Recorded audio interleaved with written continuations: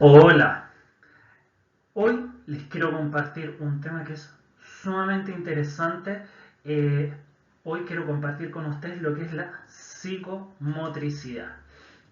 Estoy seguro que en más de alguna ocasión han escuchado este término y yo sé que ustedes lo deben relacionar con algún concepto. Por ejemplo, psicomotricidad es una palabra que está combinada, que es compuesta, apunta a lo psico y apunta a la motricidad.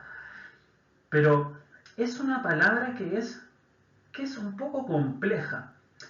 Y para poder entender bien lo que es este concepto, porque vuelvo a insistir que es un tema que en lo personal me interesa muchísimo y me gustaría conversar un poco con ustedes y aclarar este concepto. Tenemos que ver primero qué es la motricidad, qué es lo que apunta a la motricidad. La motricidad apunta netamente a lo que es el movimiento, a lo motor, al movimiento, ¿ya? Pero la motricidad no solamente hay que verla como algo aislado, también tenemos que recordar que todos los movimientos de nuestro cuerpo son coordinados y planificados por estructuras nerviosas, entre ellas el cerebelo, vías nerviosas motoras. Entonces, ya con esta idea y con estos conceptos previos, podríamos elaborar una definición un poco más compleja.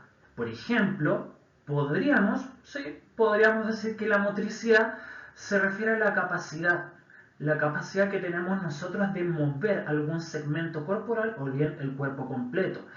Y debemos recordar que quien se encarga de realizar el movimiento es el músculo.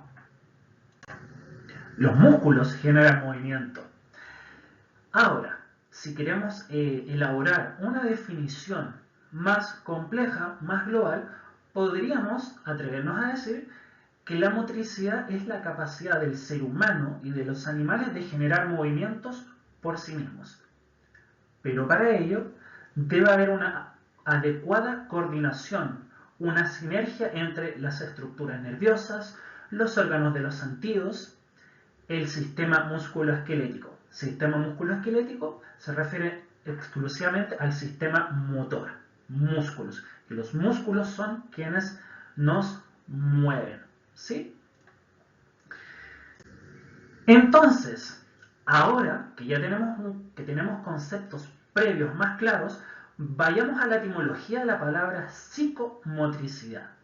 Como podemos ver en el diagrama, la palabra psico del latín psique apunta al alma, y alma la podemos entender como la mente, mientras que la palabra motricidad apunta a lo motor, de movimiento.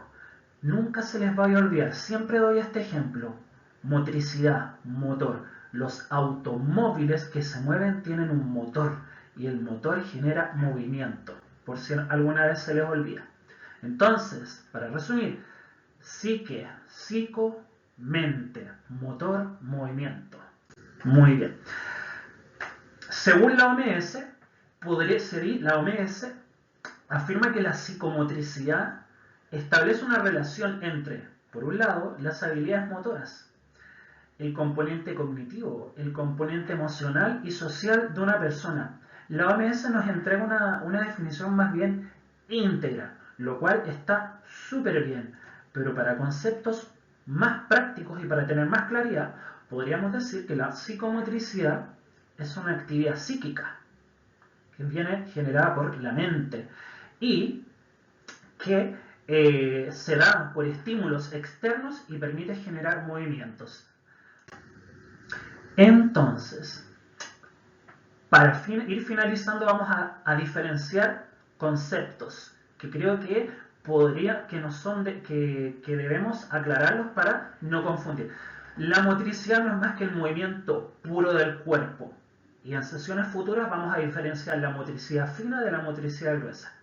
Interesante ese tema.